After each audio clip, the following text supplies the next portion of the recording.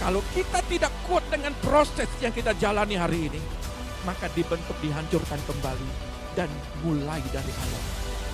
Jagalah pribadimu bahwa engkau itu anak Allah. Jagalah pribadimu, engkau adalah pelayan-pelayan Tuhan. Jagalah pribadimu, itu engkau adalah hamba-hamba Allah.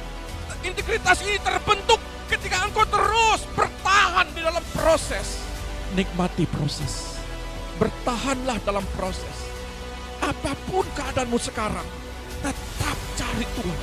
Mana yang membuat hatimu tergores, itu alatnya Tuhan. Telapak kaki Tuhan, itu adalah telapak kaki kita.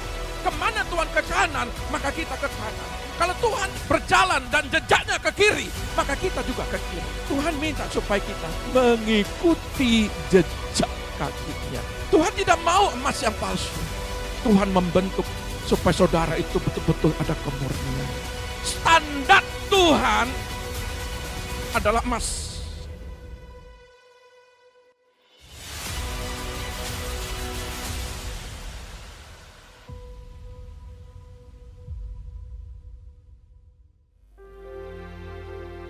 Shalom jemaat Tuhan, pagi hari ini mari kita persiapkan hati dan pikiran kita. Kita menaikkan setiap ucapan syukur kita pagi hari ini. Karena dengan pujian Dia disukakan. Kami tahu Bapa, Engkau ada bersama-sama dengan kami. Kami tahu Tuhan kuasa-Mu yang sanggup memulihkan keadaan kami. Oleh sebab itu Tuhan, pagi hari ini kami datang merendahkan diri Tuhan. Kami memuji dan meninggikan Engkau Bapa. Terima kasih. Terima kasih Yesus. Sebab Kau layak, Kau yang layak ditinggikan. Kami menyembah.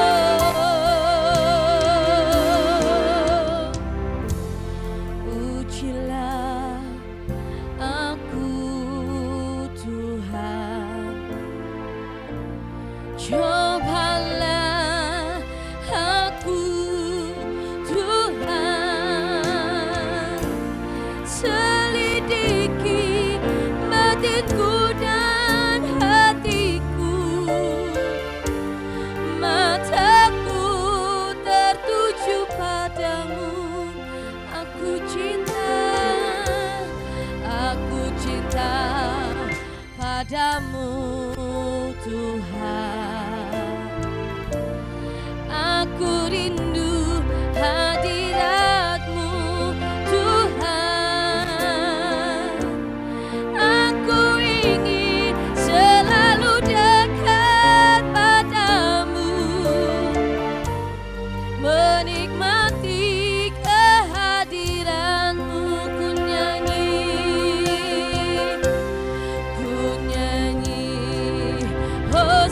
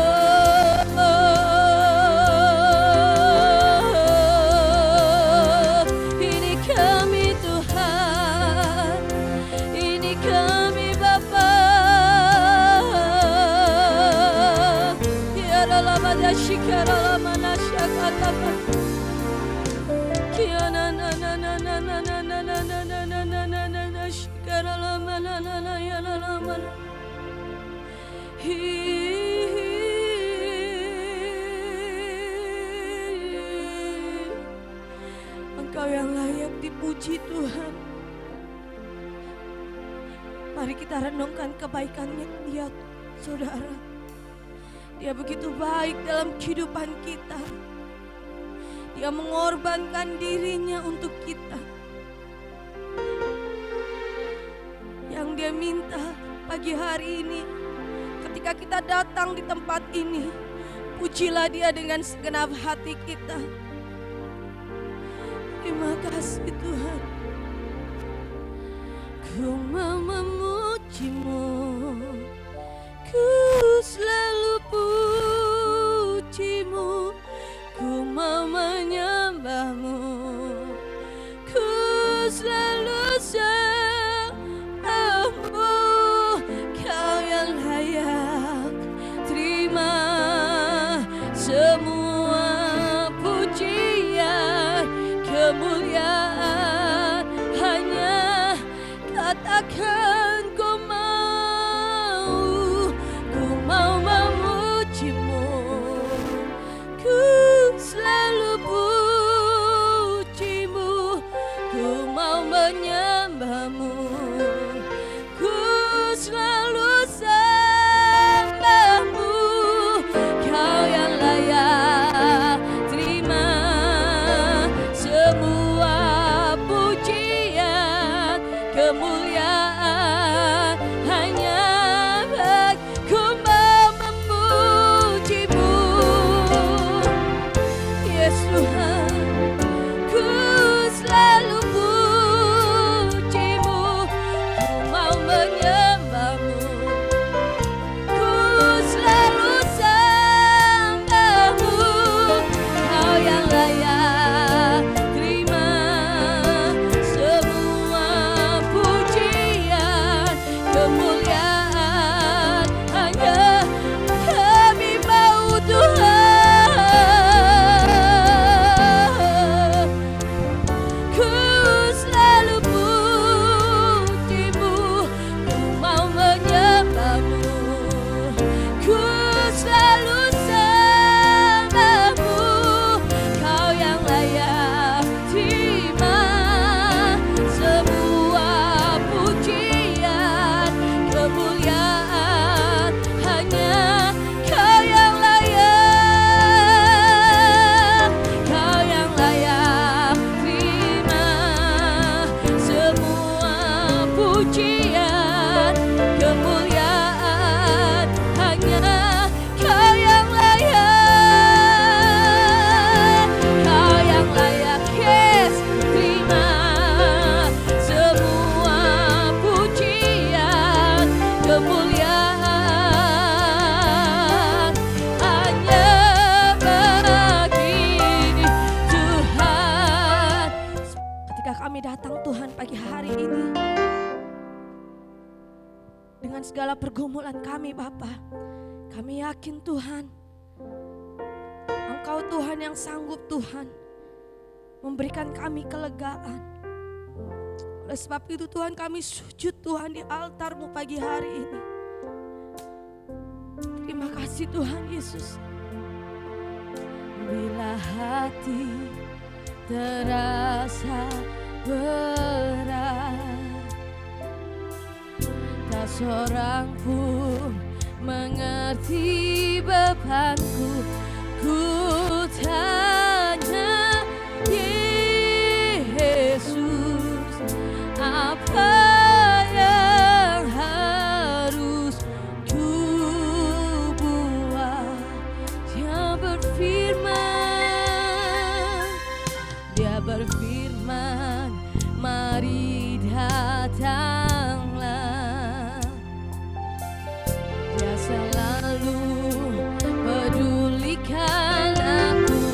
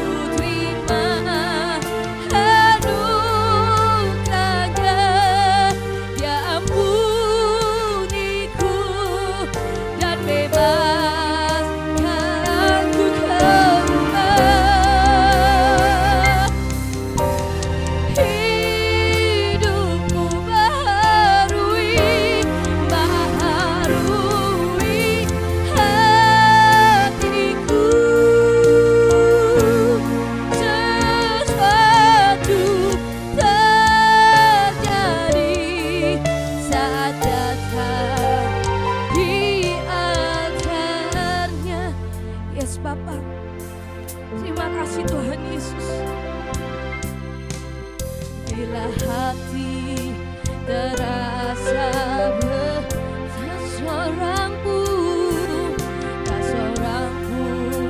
mengerti bebanku. Ku tanya Yesus, apa yang harus ku buat? Yang berfirman, mari datanglah. Dia selalu pedulikan aku. Ku datang Yesus, Dia pikul segala bebanku. Sujud di hatinya ku bawa hidupku. Ku terima anugerahnya, Dia ampuniku dan bebaskan ku kembali. Hidupku baharui hatiku. Sesuatu terjadi saat datang di sujud di hatinya, di hatinya. Ku bawa hidupku, ku terima anugerahnya, Dia ampuniku dan bebaskanku. Dia ubah hidupku, baharui hatiku. Sesuatu terjadi, sesuatu terjadi, sesuatu terjadi saat datang di altarnya. Kami bersyukur Bapa, pagi hari ini pengurapan-Mu terjadi bagi kami. Mari Engkau lihat keberadaan kami, kerinduan kami adalah diam dalam hadirat-Mu, dan kami ingin mendengarkan isi hati-Mu. Urapi setiap hamba-Mu, urapi para pelayan-Mu, urapi sidang jemaat-Mu, sehingga firman kebenaran yang kami baca, yang kami dengar, kami remakan, dan kami lakukan. Berkati Tuhan, dalam nama Tuhan Yesus, kami siap mendengarkan. Haleluya. Amin. Shalom, selamat pagi. Puji Tuhan. Saudara yang terkasih, adalah sebentar lagi kita akan merayakan, memperingati tentang Paskah.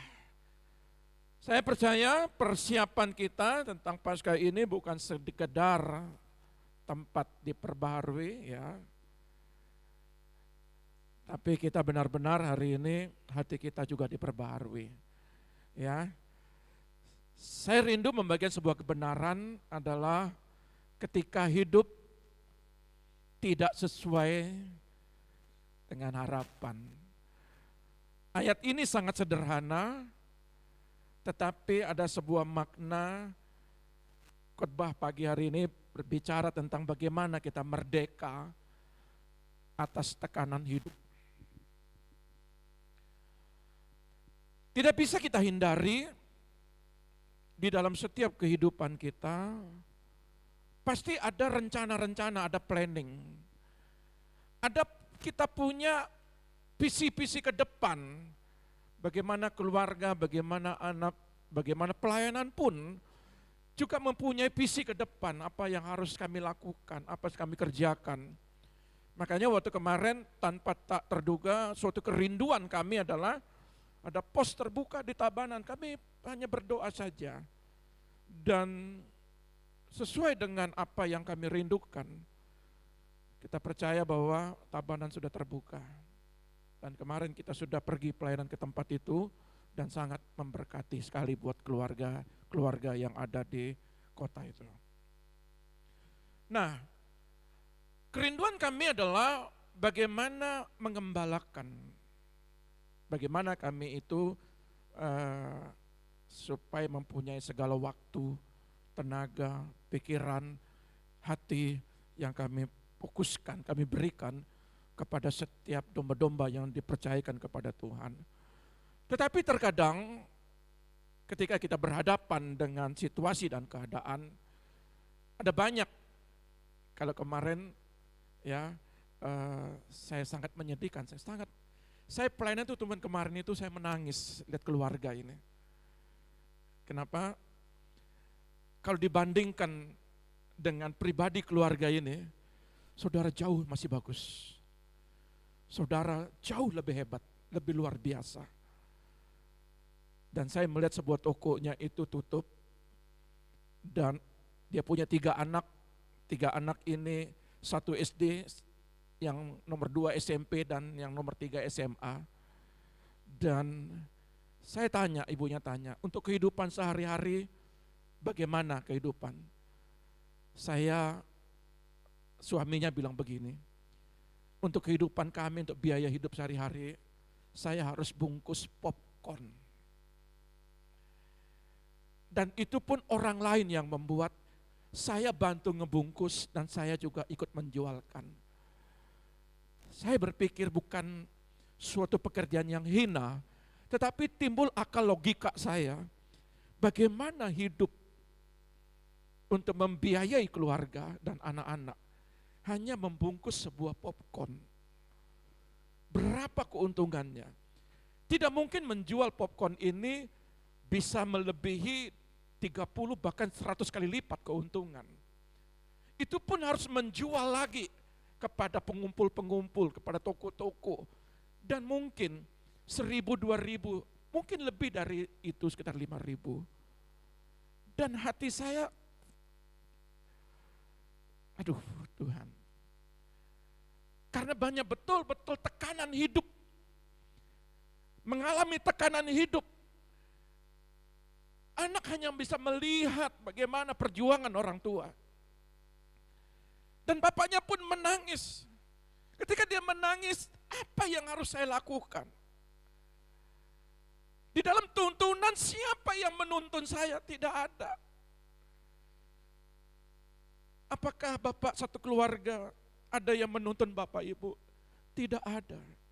Kami orang miskin. Aduh, hancur hati saya. Hancur. Dan ketika kami melayani, mula pertama setelah doa kita mau pulang, ternyata Tuhan berbicara lewat ibunya. Tuhan kasih tahu buat keluarga ini, Mazmur 133.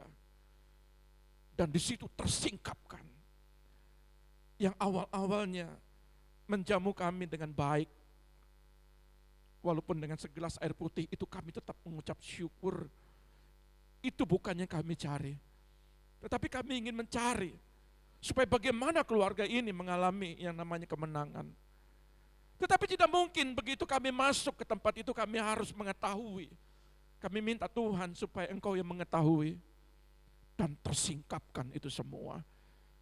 Dan di situ menangis sejadi-jadinya istri dan anak-anaknya. Mereka pelukan. Mereka sudah putus asa. Sempat 3 hari sebelumnya sudah ambil keputusan untuk pisah.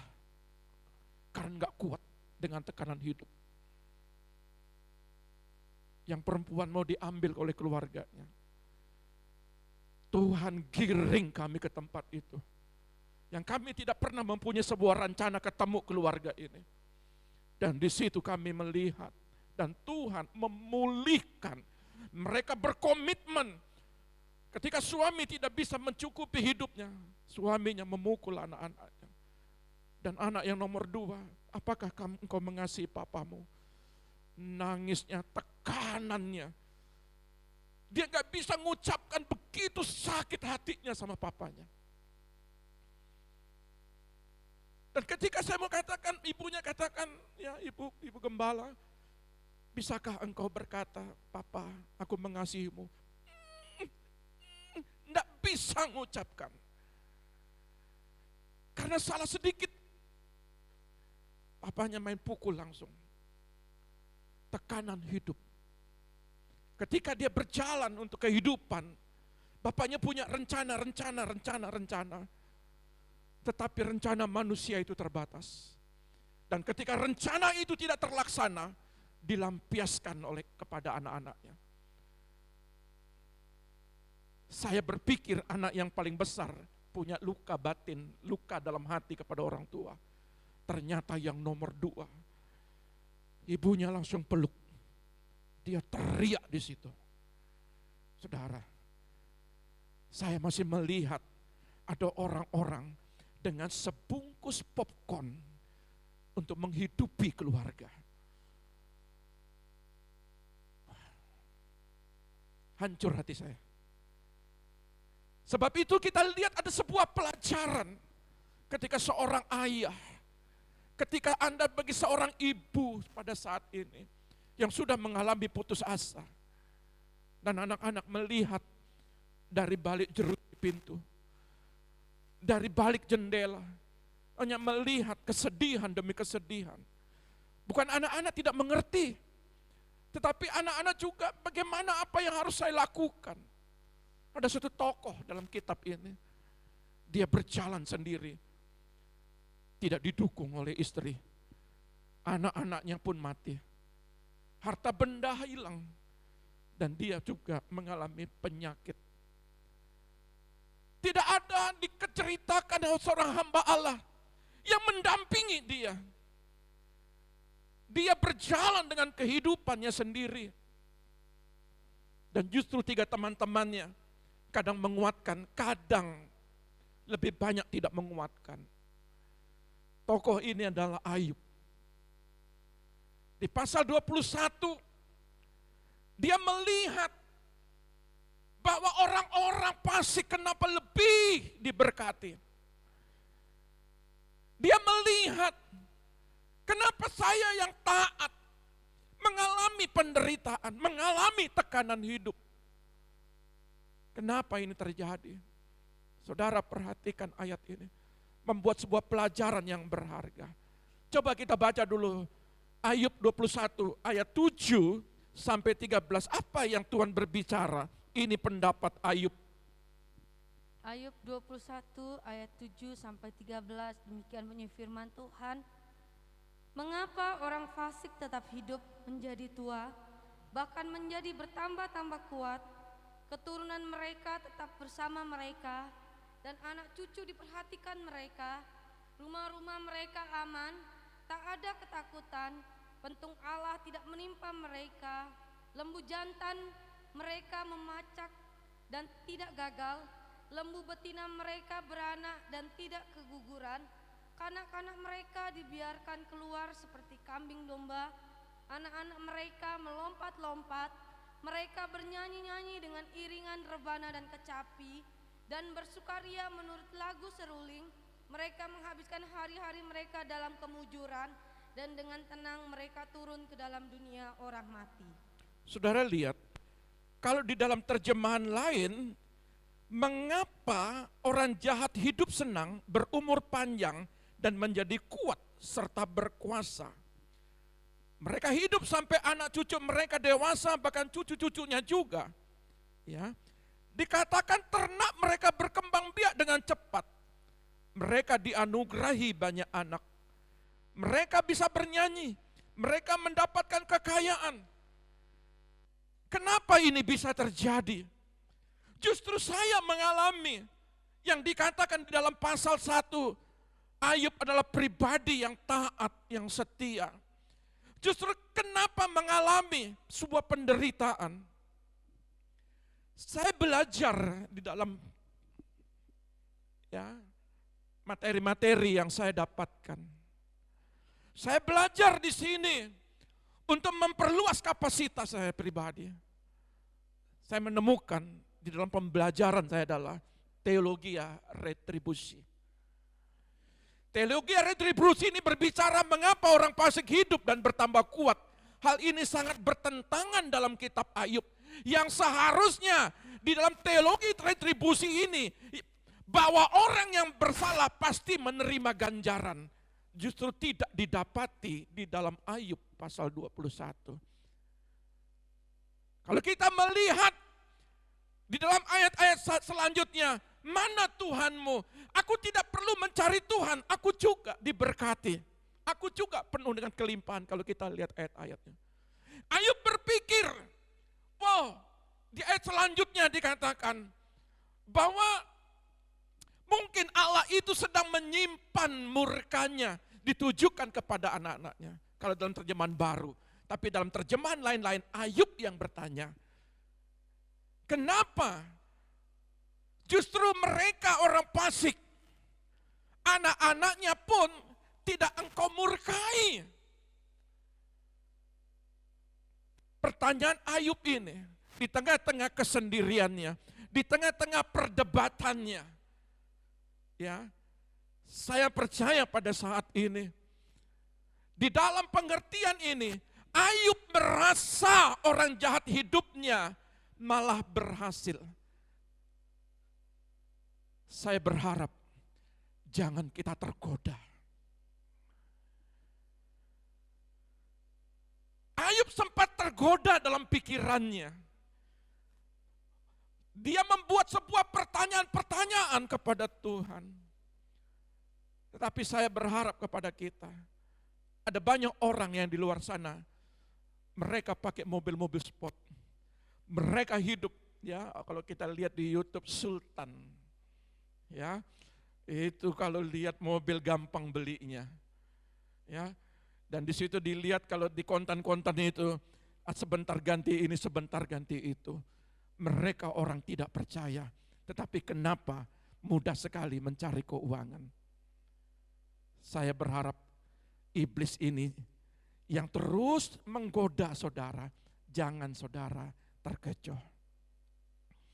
Terkadang sanubari kita, hati kita, sempat kita berpikir, Tuhan aku sudah berpuasa, Tuhan aku sudah berdoa, Tuhan aku sudah melayani.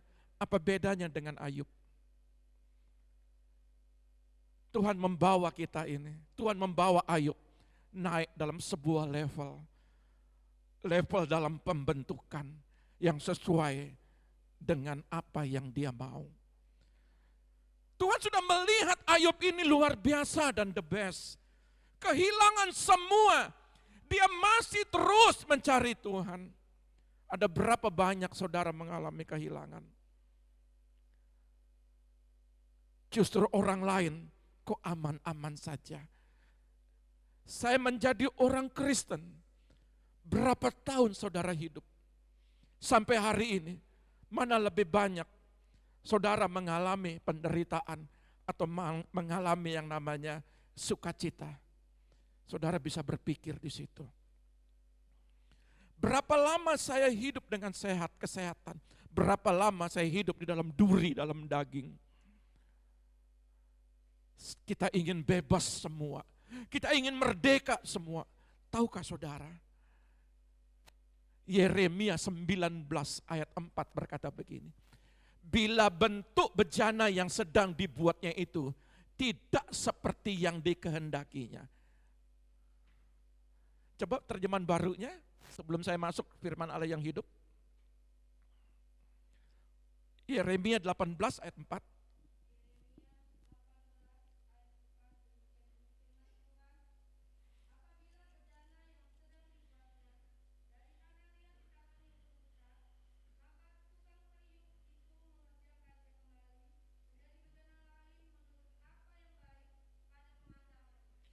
Maka tukang periuk itu meremas-remasnya menjadi segumpal tanah liat kembali, lalu ia mulai lagi dari permulaan.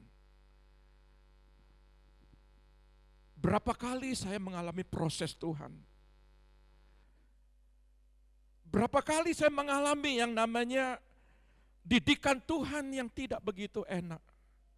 Tetapi tahukah saudara, ketika saudara dilihat oleh Tuhan, bahwa bejana ini ketika tidak dibentuknya, tidak sesuai dengan kehendaknya, lalu dibentuk kembali, tetapi terkadang banyak orang tidak kuat dengan proses. Saudara tahu, ayat ini berbicara, kalau kita tidak kuat dengan proses yang kita jalani hari ini, maka dibentuk, dihancurkan kembali, dan mulai dari awal. Saya tidak mau, Tuhan. Karena kalau kita lihat dari awal ini kita berat. Berapa banyak setiap keluarga ketika saudara masuk dalam proses. Apakah saudara kuat? Apakah saudara bertahan? Apakah saudara tetap mencari dia? Kalau saudara tidak kuat dan saudara kecewa seperti Ayub ini, kenapa orang lain tidak mengalami proses? Kenapa mereka hidup diberkati? Justru Tuhan menjadikan saudara itu bejana yang indah, yang mahal. Tuhan itu punya rencana yang besar ke dalam kehidupan saudara. Tuhan tahu kebutuhanmu. Berapa banyak ketika kami berjalan dalam kehidupan, dan sekarang kami mulai mengerti bagaimana hati Tuhan. Kalau awal-awal mula perintisan, kami menjerit, Tuhan, tidak seperti yang Engkau firmankan lewat firman nubuatan. Dan terkadang saya pernah duduk di tangga, saya menangis, saya begini, Tuhan, kenapa Engkau bawa kami justru menderita? Kenapa Engkau alami Tuhan, kenapa kami mengalami Tuhan? Dan saat kemarin kami melayani, di situ saya bisa melihat, saya berkaca dengan diri saya. Hambaku, Engkau lihat sama seperti Yeremia datang Engkau kepelarikan. Di situ Engkau melihat tukang bejana yang membuat periuk. Tuhan tidak banyak berbicara, tetapi Yeremia diajak berpikir dan dia mengerti. Makanya waktu kemarin saya pelayanan ketabanan, saya dibuat mengerti. Kita makan, minum, kita punya kendaraan, kita bisa kemana-mana, sudah bersyukur. Saya melihat betapa pembentukan Tuhan. Jangan mau lagi saudara diremukkan kembali. Seharusnya Tuhan angkat saudara naik ke tangga 1, kedua, ketiga. Di tangga ketiga, ketika engkau hidup diberkati, engkau pernah dijawab oleh Tuhan. Di tangga ketiga engkau dijawab sama Tuhan. Tapi Tuhan akan naikkan saudara di tangga keempat. Tapi sebelum naik ke tangga keempat, ada kepercayaan yang besar. Di situ saudara mengalami proses. Saudara marah apa tidak? Saudara kecewa apa tidak? Maka ayat ini pun, ia memulai lagi dari permulaan. Lalu apa yang harus kita lakukan? Kalau Ayub ini berkata ada 3 orang yang berbicara kepada dia. Dan Ayub lebih untuk mengutarakan isi hatinya. Dan dia mengeluh kepada Tuhan. Tidak sedikit Ayub bertanya, apa yang harus Ayub lakukan? Dan ketika saudara mengalami hari ini, mungkin saudara tidak ada yang menguatkan lagi. Mungkin saudara mengalami kebuntuan. Saudara sudah melakukan ini yang terbaik. Tetapi justru kenapa Tuhan Engkau membawa kami sampai turun kembali lagi? Saudara tahu, yang namanya bola karet ketika dilempar ke bawah, semakin keras bola karet itu dilempar ke bawah, maka mentalnya semakin tinggi. Ketika saudara dibawa ke paling yang rendah sekalipun, dan kami pernah mengalami yang paling titik rendah, dan Tuhan bawa untuk naik. Tetapi Tuhan tidak berhenti sampai di sini. Tuhan akan bawa kami lagi untuk terus naik. Tapi pertanyaannya, apa yang harus saya lakukan Tuhan? Yang pertama adalah jaga integritas. Jagalah pribadimu bahwa engkau itu anak Allah. Jagalah pribadimu, engkaulah pelayan-pelayan Tuhan. Jagalah pribadimu, itu engkaulah hamba-hamba Allah. Jagalah pribadimu adalah engkau menjadi seorang pemimpin-pemimpin keluarga. Integritas ini, itu lahir dari dalam hati. Integritas ini terbentuk ketika engkau terus bertahan di dalam proses. Di situ akan kau melihat seberapa besar daripada kehidupanmu, kekuatanmu, kemampuanmu. Maka di dalam kitab ini dikatakan menang atas proses pemurnian. Tolong Ayub 23 ayat 10.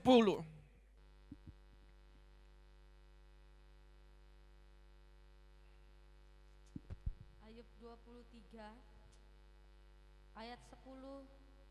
Demikian bunyi firman Tuhan. Karena ia tahu jalan hidupku, seandainya ia menguji aku akan timbul seperti emas. Tuhan tahu keadaanmu. Ayat ini berkata, namun dia tahu segala jalanku juga. Setiap langkahku kalau seperti emas aku diuji, akan terbukti bahwa hatiku itu murni. Tuhan membawa saudara ini dari bejana yang betul-betul dari tanah liat. Saudara, dari bejana tanah liat dibentuk untuk menjadi yang berguna. Kalau kita lihat di dalam Alkitab Perjanjian Lama, bejana-bejana itu tempat ditaruhnya itu di kemah suci. Ada bejana-bejana yang dipungsikan. Saudara sedang dipungsikan untuk pemakaian daripada Tuhan. Tetapi ketika bejana ini mempunyai nilai yang berharga, terkadang standar Tuhan adalah emas. Semakin saudara diproses, semakin saudara dipisahkan dari yang namanya tembaga atau logam-logam yang lain, dari tanah-tanah liat, dari bebatuan, untuk memisahkan emas ini perlu ada pembakaran. Sampai 7 kali proses. Makanya saya mau bilang begini, nikmati proses. Bertahanlah dalam proses. Apapun keadaanmu sekarang, tetap cari Tuhan.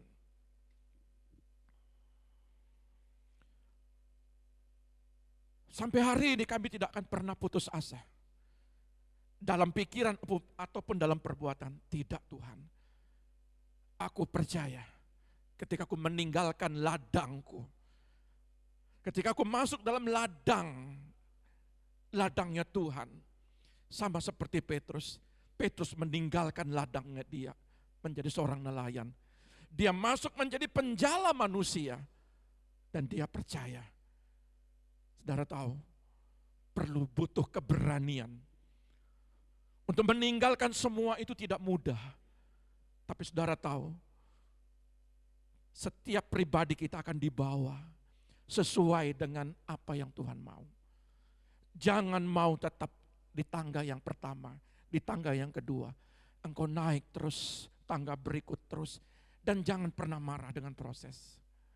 Terkadang saudara akan dihadapkan sama keluarga, anak, istri, suami. Tidak sedikit saudara dihadapkan, digesekkan sama orang-orang terdekat saudara. Mungkin juga sama pelayan-pelayan Tuhan. Mungkin juga sama hamba Tuhan. Mana yang membuat hatimu tergores, itu alatnya Tuhan. Kalau saudara tidak kenal orang itu memproses saudara, saudara akan abaikan. Tapi orang-orang terdekat, orang-orang yang saudara harapkan, ketika itu menjadi alat untuk memproses, untuk membakar hidupmu, di situ Tuhan mau melihat emas ini harus murni 24 karat. Tuhan tidak mau emas yang palsu. Tuhan tidak mau emas itu 12, 4, 16, bahkan 18, 22, 21, 22. Tuhan membentuk supaya saudara itu betul-betul ada kemurnian. Tuhan lihat hatimu. Apakah di tengah persoalan sekarang masih enggak engkau bertahan? Saudara, proses permurnian ini,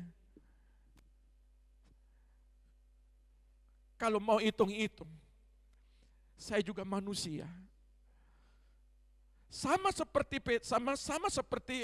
Ayub ini. Tapi syukurnya Ayub ini dia tidak meninggalkan. Apabila ia telah menguji aku, Ayub yakin bahwa Allah masih mempedulikan hidupnya. Dan tahu bahwa tidak ada kesengsaraan yang dapat membuat Ayub berbalik dari kesetiaannya. Tolong Ayub 23 ayat 11 dan 12-nya.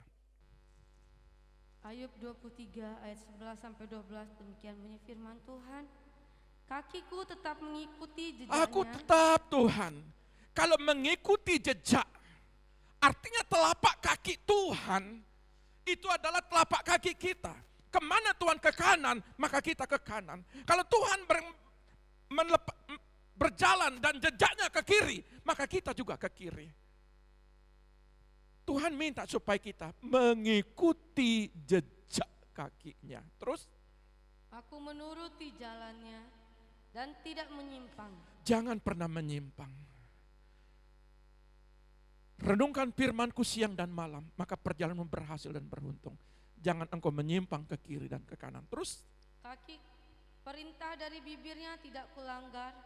Dalam sanubariku kusimpan ucapan mulutnya.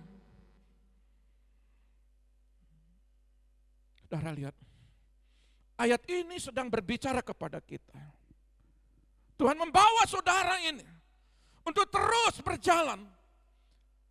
Memang kaki Tuhan ketika dia berjalan untuk menuju Golgota itu berat. Kalau kemarin kita berbicara diadem. Diadem itu mahkota duri yang ditaruh di kepalanya. Saudara diadem, mahkota bunga, berbicara tentang kemenangan. Tetapi Yesus, jejak kakinya untuk penyalipan. Tuhan membawa kita supaya mengikuti jejaknya. Tapi Tuhan tidak membawa saudara untuk disalibkan. Tetapi kadangkala penderitaan itu, kalau kita lihat di filmnya, Tuhan pernah mengalami yang namanya jatuh. Dan di situ ada seorang yang namanya, seorang pribadi yang ikut mengangkat kayunya. Dan ketika dia berjalan, dan ini minggu-minggu, bagaimana perjalanan hidupnya. Dan nanti hari Jumat besok yang kita peringati, ya, saudara lihat, dia fokus melihat, memandang saudara. Dia punya tujuan, penderitaan ini punya tujuan. Untuk apa? Untuk menyelamatkan saudara. Tuhan hanya minta kepada saudara, ikuti langkahku. Aku menderita untuk kalian. Dan kalian kalau menderita pada saat ini dalam proses kehidupan, untuk sebuah keluarga. Perhatikanlah anak-anakmu. Dia butuh tangan saudara. Dia butuh nasihat saudara. Dia butuh pikiran saudara. Perhatikan keluargamu. Penderitaanmu tidak sebanding dengan penderitaanku. Kalau hari ini engkau mengalami penderitaan, pandang Tuhan. Tidak ada kesengsaraan yang membuat Ayub-Ayub akhir zaman ini berbalik Ketika saudara melihat kenapa orang itu hidup nyaman, hidup diberkati, sudahlah, saya tidak mau berdoa lagi, saya tidak mau puasa lagi, saya tidak mau baca firman lagi. Itu bisikan-bisikan yang menggoda saudara. Katakan tidak. Saudara lihat, justru semakin saudara ditekan, di situ muncul. Saya pernah punya materi, namanya pohon mur. Mur ini adalah rempah-rempah. Sebagai mur ini adalah alat untuk harum-haruman di kemah suci. Kalau mur ini harus disilet dulu seperti karet, ya, dan di situ keluar getahnya. Dan getahnya ini persis air mata. Kalau kita lihat mur itu seperti getah pohon mangga. Kalau pohon mangga itu kan dia keluar getahnya kuning mengental keras. Tetapi kalau mur ini warna biru-biru ke ungu-unguan. Putih, biru ke unguan. Dan dia mengeras. Dan kalau mengeras itu harus ditumbuk. Itu dihancurkan. Sama seperti bejana. Itu dihancurkan, diremak-remak lagi. Supaya apa? Supaya harumnya itu keluar. Saudara mengalami tekanan supaya rohanimu betul-betul harum dalam penciuman dia. Jadi proses itu yang membuat Ayub itu semakin harum di hadapannya, dan kuasa iblis hanya berkuasa oleh tubuhnya, tetapi tidak berkuasa oleh rohaninya. Saudara mengalami proses, nikmati proses itu, tetapi proses tidak menghancurkan rohani saudara. Justru rohani saudara akan semakin harum di hadapan Tuhan. Semakin ditekan, semakin di situ saudara bersinar, semakin banyak persoalan, itu baik. Baik.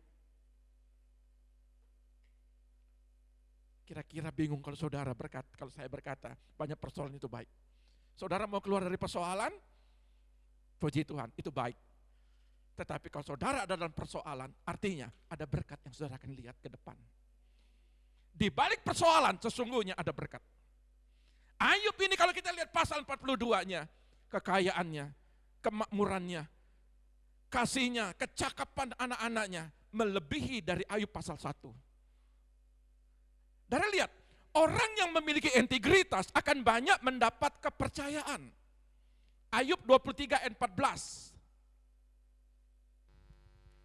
Ayub 23 ayat 14, demikian bunyi firman Tuhan, karena ia akan menyelesaikan apa yang ditetapkan atasku, dan banyak lagi hal yang serupa itu dimaksudkannya. Firman Allah yang hidup berkata, jadi perlakuannya terhadap aku akan digenapkannya sesuai dengan rencananya. Bahkan ada banyak hal yang telah direncanakannya untuk masa yang akan datang. Jadi saudara jangan melihat hari ini. Ayub di tengah-tengah sendirian, berbicara terus sama Tuhan. Gak ada yang menguatkan dia. Tapi saya berharap ketika kami menguatkan saudara, terkadang penguatan itu seperti air untuk menyelesaikan kehausan di kerongkongan saudara. Tetapi terkadang saya memberikan air yang panas untuk menyakiti kerongkongan saudara. Firman itu pedang bermata dua. Firman itu harus tajam. Supaya apa? Untuk mengikis mana integritas yang kurang berkenan di hadapan Tuhan. Saudara sedang diperbaiki. Relakan hatimu untuk diproses. Relakan hatimu untuk dibentuk. Relakan hatimu untuk mendengar kebenaran firman. Saudara lihat. Lalu apa yang harus kami lakukan lagi Tuhan? Yang kedua adalah minta hikmat Tuhan. Kalau hari ini saudara mengalami kejatuhan ekonomi. Kalau saudara hari ini mengalami kehancuran dalam ekonomi saudara. Minta hikmat Tuhan. Kalau hari ini engkau melihat keluargamu hari-hari ini tidak sesuai dengan harapanmu. Minta hikmat Tuhan. Tuhan, apa yang sedang engkau lakukan bagi kami dan keluarga kami? Jangan pernah putus asa. Saya selalu percaya anak-anak saudara adalah anak-anak yang the best. Saya selalu percaya, saya tidak melihat dengan yang sekarang. Mungkin hari-hari ini anak-anak banyak menjerit. Tapi saya mau katakan, Anda adalah anak-anak yang sukses. Anda adalah pribadi-pribadi yang akan diangkat oleh Tuhan. Terkadang orang tuamu mengalami seperti Ayub. Mungkin di bidang ekonominya, mungkin di bidang kesehatannya. Tapi tahukah saudara, orang tua kalian sedang dibawa naik. Amin ya. Dan saudara pun juga akan dibawa naik. Minta hikmat Tuhan. Apa yang harus kita minta? Ayub 28 ayat 20.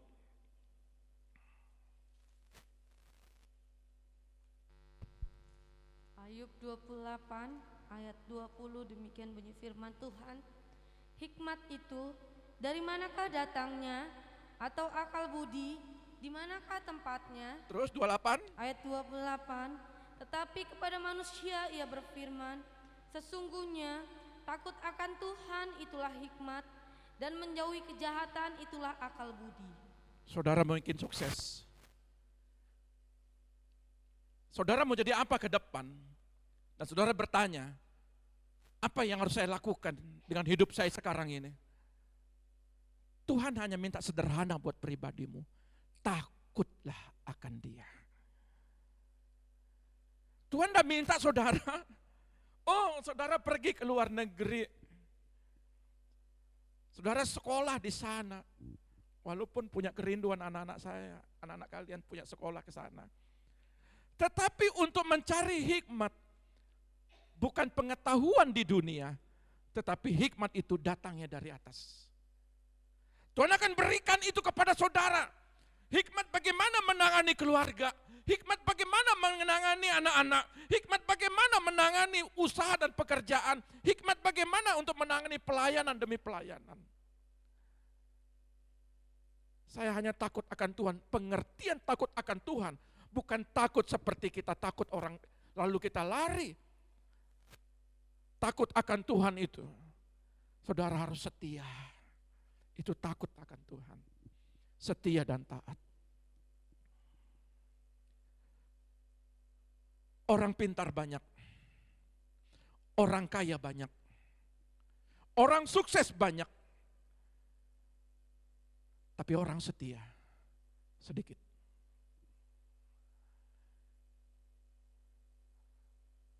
Berapa lama kami harus setia Tuhan dengan proses ini? Ketika Tuhan bentuk kami, dan ada yang tidak sesuai dengan hatinya, terkadang sisi ini kami dibentuk, dihancurkan kembali. Dan terkadang kami berhadapan dengan orang, dan di situ saya kaget. Dan dia tidak mengerti bahwa kami hamba Allah. Dan ada yang mengerti bahwa kami hamba Allah. Suatu ketika kami dipukulin meja, pak. Aduh. Darah, apakah saya marah? Tidak. Supaya apa? Kalau ada orang ginikan kami, supaya kami jangan ginikan orang. Terima kasih Tuhan. Minta hikmat Tuhan kalau hari ini saudara mengalami pencobaan. Minta hikmat Tuhan, apa yang terjadi Tuhan. Tidak semua perkara terjadi seperti apa yang kita pikirkan. Dan kita kecewa, kita marah Tuhan. Aku sudah minta Tuhan. Aku sudah lakukan ini Tuhan. Tapi Tuhan, kenapa pikiranku tidak Engkau mengerti Tuhan? Terkadang pikiran Tuhan punya rencana yang lebih besar dari yang kita pikirkan. Dan kalau sampai hari ini, kalau kami mundur belakang 20 tahun lagi, mana yang Kau pilih? Maka saya berkata, Tuhan, aku tetap akan menjala manusia. Saudara lihat, setan mungkin bisikan-bisikan yang menggoda. Waktu engkau menjadi seorang pebisnis, engkau berkelimpahan. Aku tahu.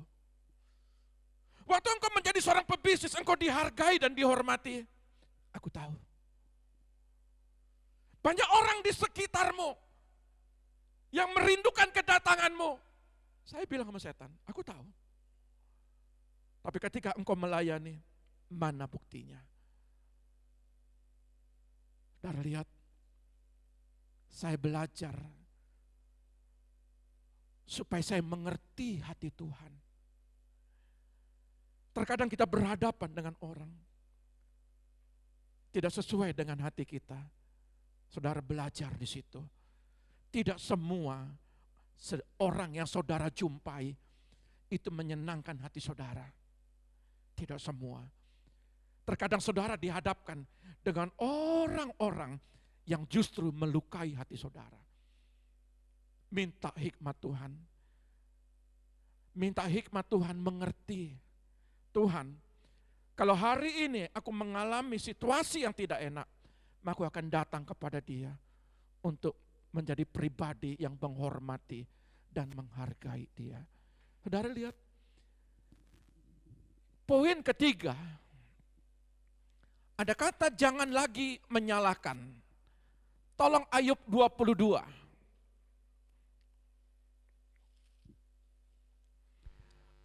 Ayat 21. Ayub 22. Kita pelan-pelan baca ayat ini. Ayat 21, demikian bunyi firman Tuhan. Berlakulah ramah terhadap dia, supaya engkau tentram. Dengan demikian engkau memperoleh keuntungan. Terimalah apa yang diajarkan mulutnya, dan taruhlah firman-Nya dalam hatimu. Apabila engkau bertobat kepada Yang Maha Kuasa dan merendahkan diri, apabila engkau menjauhkan kecurangan dari dalam kemahmu, membuang biji emas ke dalam debu, emas Ofir ke tengah batu-batu sungai, dan apabila Yang Maha Kuasa menjadi timbunan emasmu dan kekayaan perakmu, maka sungguh-sungguh engkau akan bersenang-senang karena Yang Maha Kuasa dan akan menengadah kepada Allah. Jikalau engkau berdoa kepadanya, Ia akan mengabulkan doamu dan engkau akan membayar nazarmu. Apabila engkau memutuskan berbuat sesuatu, maka akan tercapai maksudmu dan cahaya terang menyinari jalan-jalanmu. Karena Allah merendahkan orang yang angkuh, tetapi menyelamatkan orang yang menundukkan kepala. Orang yang tidak bersalah diluputkannya, engkau luput karena kebersihan tanganmu. Saudara lihat ayat ini perdebatan ketiga. Perdebatan ketiga ini adalah antara Elifas dengan Ayub. Perdebatan ini di sini dikatakan Elifas menganjurkan supaya Ayub itu bertobat. Berdamailah dengan Allah. Ayub ngotot terus. Tapi saya mau berkata kepada kita semua, ayo, kata berdamai ini adalah banyak engkau bertanya kepada Tuhan. Tuhan, apa yang kau alami hari ini Tuhan? Tuhan mau membawa kepada kita bahwa hentikanlah perlawananmu terhadap Allah itu, berdamailah dengan Dia, maka engkau akan hidup tentram. Kata berdamai ini adalah saudara datang kepada Tuhan dengan segala kerendahan hati. Tuhan, saya salah mengerti tentang Tuhan. Saya pernah marah sama Tuhan. Marah saya itu waktu Tuhan tidak jawab saya. Sudah tahu. Saudara sedang dibawa untuk mengerti hati Tuhan. Terimalah ajaran-ajaran dari Allah dan simpanlah firman-Nya di dalam hatimu. Kadang firman itu tajam, terimalah itu semua. Maafkan saya kalau mungkin ada firman-firman yang betul-betul tajam dalam diri saudara. Tetapi sesungguhnya penting pengajaran itu menegur, menasihati, membimbing, dan menuntun. Saudara lihat dalam terjemahan lain pun dikatakan, jika engkau bertobat kepada Yang Maha Kuasa dan membereskan segala kesalahan di dalam rumahmu, maka akan Allah memulihkan engkau. Ada hal-hal apa yang kurang berkenan dalam rumah tanggamu, jangan marah. Berhenti engkau marah kepada orang-orang yang tidak sesuai. Mungkin anak marah kepada orang tua, mungkin suami marah kepada istri, istri kepada suami, mungkin anak-anak kepada orang tua kepada anak. Mari kita tata dengan baik. Segala kesalahan masa lalu jangan terulang lagi. Minta tuntunan sama Tuhan. Tuhan, aku pernah melakukan sebuah kesalahan. Tapi ketika aku mendengar firman-Mu, aku tidak akan melakukan kesalahan itu lagi. Nah, itu jauh lebih baik. Nah, artinya dalam ayat ini adalah, ya, kenapa dikatakan jika engkau punya emas, lemparkanlah itu ke sungai. Ini kan aneh. Tuhan ingin memberkati Ayub ini dengan segala isi emas, permata, dan perak. Tetapi Ayub dalam perdebatan ketiga, Elifas berkata, apa yang engkau punya, emas yang engkau punya itu buang ke sungai. Apa maksudnya? Tuhan mau mengajarkan kepada saudara, jangan bersandar kepada kemampuanmu. Jangan bersandar kepada kekayaan, kelimpahan. Dikatakan, buang ke sungai. Kenapa ke sungai? Karena arus sungai begitu keras. Artinya bukan di sekitar itu. Kalau ada emas umpamanya yang dibuang di situ, ini logikanya. Pasti kalau sudah selesai, Elifas pergi, Ayub pungut lagi. Mungkin itu pengertian saya. Tetapi ketika dibuang sungai itu dia akan pergi jauh. Artinya apa? Ayub, jangan bersandar dengan apa yang dulu kelimpahanmu. Jangan mengingat-ingat dulu engkau diberkati dan dihancurkan dalam satu hari.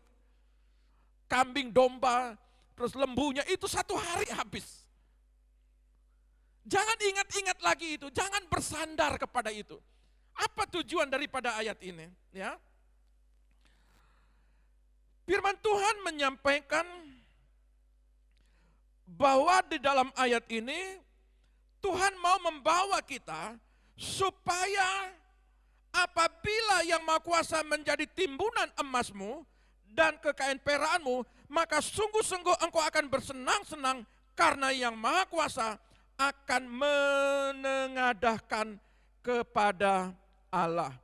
Saudara lihat di dalam ayat ini, ya, Tuhan ingin membawa kita bahwa emas perak yang berharga itu adalah rohanimu, dalam terjemahan lain. Bukan emas permata yang dalam bentuk yang dilihat. Tetapi emas permata itu adalah, emas permata itu rohanimu, bagaikan emas permata yang mulia. Jadi proses itu membawa rohanimu itu semakin cakap, semakin kuat. Proses yang akan membawa saudara semakin dewasa. Proses yang membawa saudara menjadi rendah hati.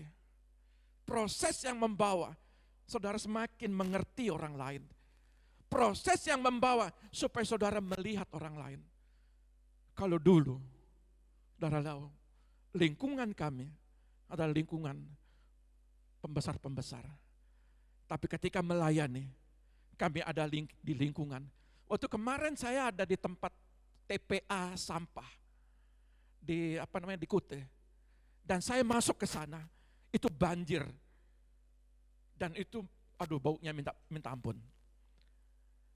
Tapi setelah jadi hamba Allah, saya bisa ke sana. Proses yang membawa kami untuk melihat orang yang paling menderita lagi. Saudara lihat, secara manusia, dulu secara jasmani kami dipandang orang. Tetapi sehari ini, secara rohani, orang akan melihat pribadi saudara. Betapa mulianya rohanimu. Tujuan proses untuk membawa rohanimu itu semakin punya nilai yang tinggi. Maka di dalam ayat ini pun, berdamailah dengan dia, maka engkau akan hidup tentram, kebaikannya akan melingkupi engkau. Ayat ini pun berkata, kalau engkau berdoa, Tuhan akan jawab.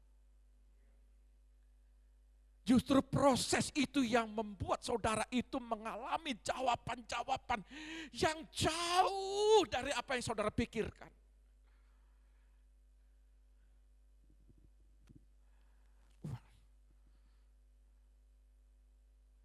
Kadang-kadang kita ini ya pernah mungkin dihadapi yang namanya terpuruk sekali. Apakah saudara bertahan di situ? Terkadang diadem itu mahkota duri ditaruh di kepalamu. Masuk sini. Seperti Yesus. Terkadang mahkota duri ditaruh di atas kepalamu. Terkadang penderitaan yang amat sangat. Sama seperti Ayub ini.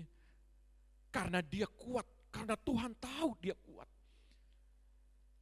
Maka Tuhan akan mengangkat lebih daripada itu. Tuhan memproses saudara karena Tuhan tahu saudara kuat. Tapi Tuhan tidak mau kalau saudara dalam proses saudara lari.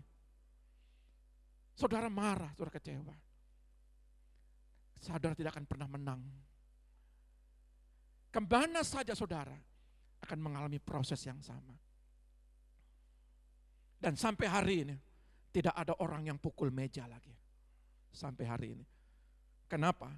Kalau dulu saya dipukul meja, lalu saya marah, maka ada ribuan orang yang pukulin meja di hadapan saya. Tapi kalau satu orang yang pukulin meja gini-gini kan, dan di situ kami mendoakan dia, maka cukup sampai di situ prosesnya. Ada banyak orang akan memproses saudara, ketika saudara menang di situ, maka proses itu berhenti di situ. Saudara akan masuk dalam proses yang lain. Makanya kalau saya lihat persoalan yang kecil, saya nggak pernah anggap. Saya biasa-biasa aja. Saudara, 2 Korintus 4 ayat 7 berkata gini. Tetapi harta rohani yang indah itu kami bawa pada diri kami yang tidak berharga ini. Yang dibuat dari tanah. Mari engkau berkata dalam hatimu hari ini. Belajar untuk menghargai orang. Saya mau tekankan di dalam mimbar ini. Kalau engkau menghargai orang, kau akan dihargai. Kalau engkau menghormati orang, kau akan dihormati. Kalau engkau peduli sama orang, maka Tuhan akan peduli. Akan banyak orang peduli kepada kamu. Kalaupun sampai hari-hari ini ada masih orang berkata, kita kok tidak memperhatikan, saudara tidak memperhatikan yang lain, biarkan saja. Yang penting intinya adalah, di mana engkau saudara ditempatkan belajar untuk peduli kepada orang lain. Saudara tahu, ayat ini berkata, ketika saudara yang tidak berharga ini, yang dibuat dari tanah liat, yang tidak berharga ini, tetapi ketika dibentuk, dengan demikian nyatalah bahwa kebesaran kuasa itu terletak pada Allah, bukan pada kami. Saudara semakin banyak merendahkan hati. Saudara bejana yang berarti. Bejana tanah liat, toh juga ditaruh untuk apa? Untuk air. Bejana tanah liat, toh juga ditaruh untuk apa? Untuk minyak urapan zaman dulu. Bejana tanah liat itu toh juga untuk dibuat apa? Untuk air berubah menjadi anggur. Seburuk-buruknya bejana, dia punya nilai yang tinggi. Beda dengan porselin. Ya, kalau porselin yang lama-lama itu ya, keramik-keramik yang punya nilai tinggi, sampai puluhan miliar bahkan ratusan miliar. Mungkin saudara bejana tanah liat yang tidak berharga, tetapi di tangan Tuhan saudara berharga. Saudara berharga di rumah saudara. Saudara berharga menjadi orang tua. Jangan berkata saya gagal. Saya gagal mendidik anak. Stop. Saudara berharga. Saudara sudah the best.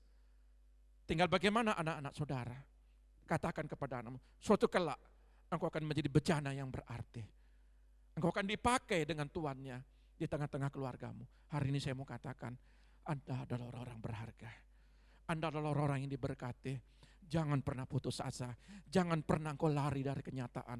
Jangan pernah engkau lari daripada proses. Nikmati proses bersama Tuhan. Engkau mengalami kemenangan. Tuhan Yesus memberkati. Mari kita datang kepada Tuhan.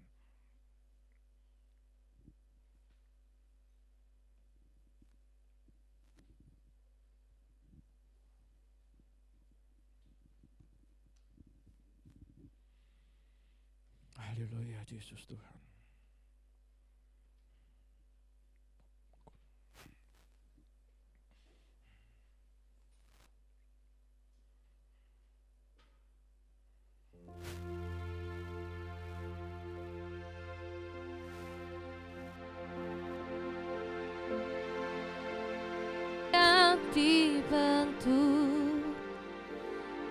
serahkan hidupku di tanganmu dengan urapan kuasa-Mu, ku dibaharui selalu. Jadikan ku Allah dalam rumah-Mu, inilah hidupku di tangan-Mu dengan urapan kuasa Roh-Mu, pakailah sesuai rencana-Mu.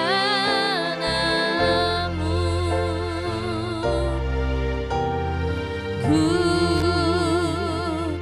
mau seperti-Mu, Yesus, disempurnakan selalu dalam segenap jalanku, memuliakan nama-Mu. Ku mau seperti-Mu, Yesus. Ajar kami Tuhan, ajar kami Tuhan, Sempurnakan selalu untuk dipergunakan dengan-Mu. dalam segenap jalanku, memuliakan nama-Mu. Ku Mau mau seperti-Mu, Yesus, disempurnakan selalu dalam segenap jalanku, memuliakan nama-Mu. Ku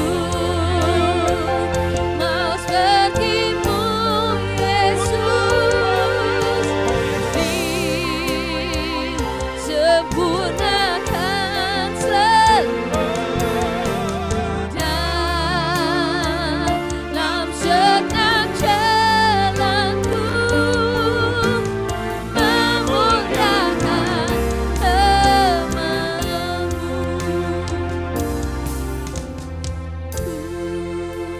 Bapakku yang baik, Seperti-Mu, inilah kami bejana tanah liat yang tidak berharga, tetapi disempurnakan oleh tangan-Mu. Biarlah ya Tuhan, segenap hidupku, segenap jalanku, aku ingin memuliakan, aku ingin meninggikan, aku ingin mengagungkan nama-Mu Tuhan. Bapakku yang baik, jemaat-jemaat yang Kau percayakan kepada hamba-Mu, pakai mereka semua Tuhan. Jadikan mereka biji mata-Mu, dimanapun mereka berada. Dia adalah emas yang murni, yang mulia, yang berarti, yang ditinggikan.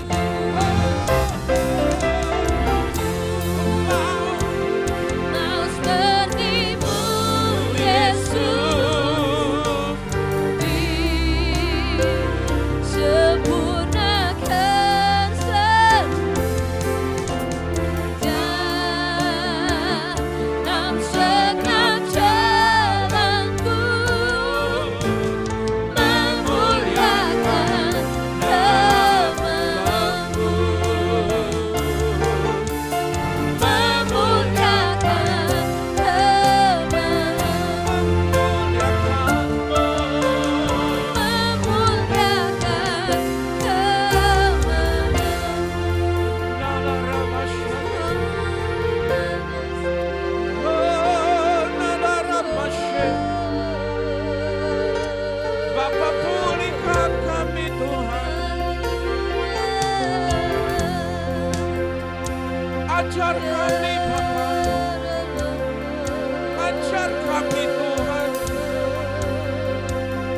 Ajar kami Tuhan menjadi bencana-Mu.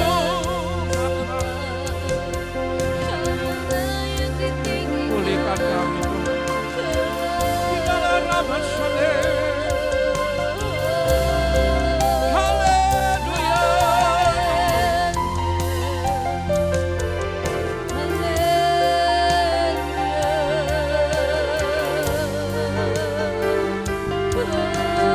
Oh, di dalam nama Saleh. Haleluya Tuhan.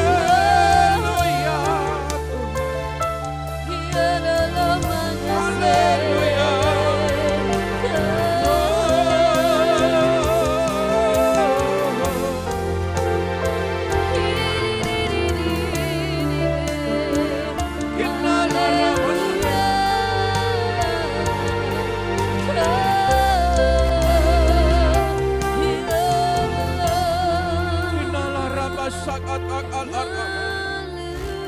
Ampuni setiap kami Tuhan. Kalau kami berpikir bahwa proses ini Tuhan membuat kami kecewa kepadamu, ampuni kami Tuhan. Biarlah kami tetap mengucap syukur. Apapun keadaan kami tetap mengucap syukur Tuhan. Kinala rabashane, kinala rabayashane naramo.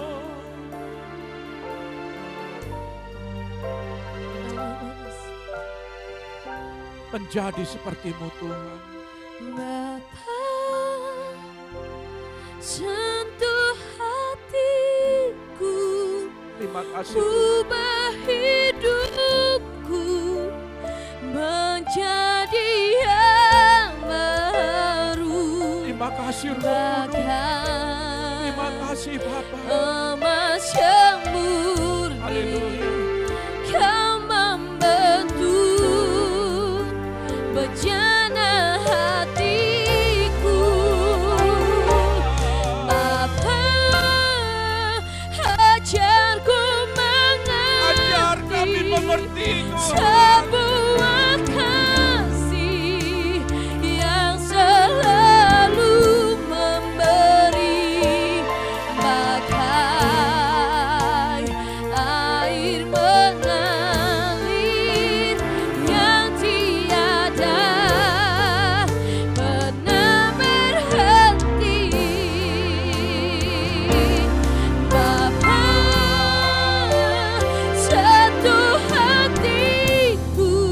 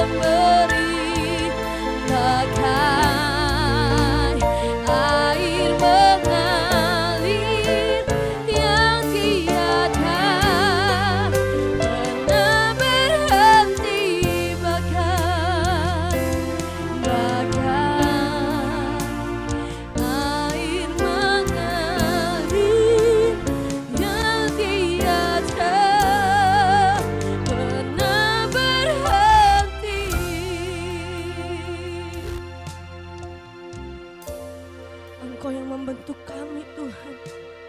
Agar kami Tuhan keluar sebagai pemenang. Dan kami mengalir Tuhan seperti air yang tidak pernah berhenti Tuhan. Terima kasih Tuhan buat kebenaran firman-Mu yang selalu menguatkan kami Bapa. Terima kasih Tuhan buat kebenaran firman-Mu yang selalu memberikan kami pengertian yang baru Tuhan. Oleh sebab itu Tuhan, siang hari ini kami mengucap syukur hanya di dalam nama Tuhan Yesus. Haleluya. Amin. Sebab Kau besar, perbuatanmu ajaib, seperti Engkau.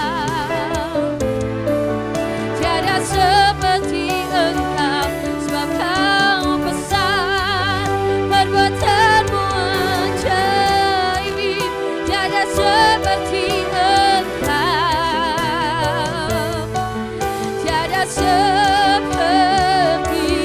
Engkau, sebab Kau besar, perbuatanmu ajaib, tiada seperti Engkau, tiada seperti Engkau, sebab Kau besar, perbuatanmu ajaib, tiada seperti Engkau, tiada seperti Engkau, tiada seperti Engkau, tiada seperti Engkau. Terima kasih Tuhan atas ibadah ini campur tangan-Mu. Biarlah Tuhan kami bersuka cita, kami bersyukur bahwa firman-Mu menguatkan kami, bahkan kami akan melakukan, kami akan bertahan dalam setiap proses kehidupan kami. Dimanapun kami berada, apapun keadaan kami tetap mengucap syukur di dalam segala hal. Terus sebabnya Tuhan, biarlah ketika kami pulang semua ke rumah kami masing-masing, berkat Allah terus melimpahi kami semua. Sehingga kami percaya perjalanan hidup kami sampai hari ini, sampai minggu ke depan, Engkau terus berkarya bagi setiap jemaat-Mu. Di dalam nama Tuhan Yesus, Engkau memberkati kami semua. Angkat kedua tanganmu, terimalah berkat Bapa Surgawi. Diberkatilah keluargamu, diberkatilah anak-anakmu, diberkatilah pendidikan anak-anakmu, diberkatilah kesehatanmu, diberkatilah lumbung-lumbungmu. Apa yang engkau kerjakan lewat tanganmu akan dibuat berhasil. Dan setiap kakimu melangkah, Tuhan akan selalu menuntunnya. Sehingga penuhlah kasih Allah itu melimpah dan damai sejahtera itu terjadi setiap hari ini. Sampai Tuhan Yesus datang kedua kali. Dalam nama Tuhan Yesus yang diberkati, katakan haleluya. Tuhan Yesus memberkati.